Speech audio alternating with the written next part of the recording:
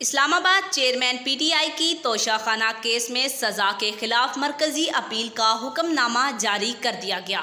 حکم نامہ chief justice عامر فاروق اور جسٹس طارق محمود جہانگیری نے جاری کیا ہے۔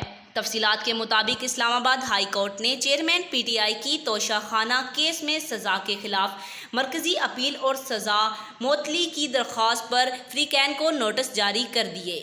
عدالت نے حکم نامے میں کہا کہ یہ عدالت سزا کے خلاف اپیل پر فریقین کو نوٹس جاری کرتی ہے۔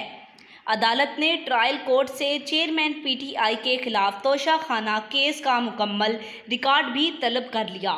نیز چیئرمین پی ٹی آئی کی سزا معطلی کی درخواست پر بھی فریقین کو نوٹس جاری کر دیے۔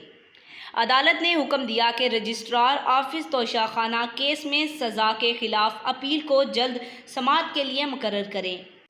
چیئرمین پی ٹی آئی کی اپیل ٹرائل کورٹ کے 5 اگست کے فیصلے کے خلاف ہے۔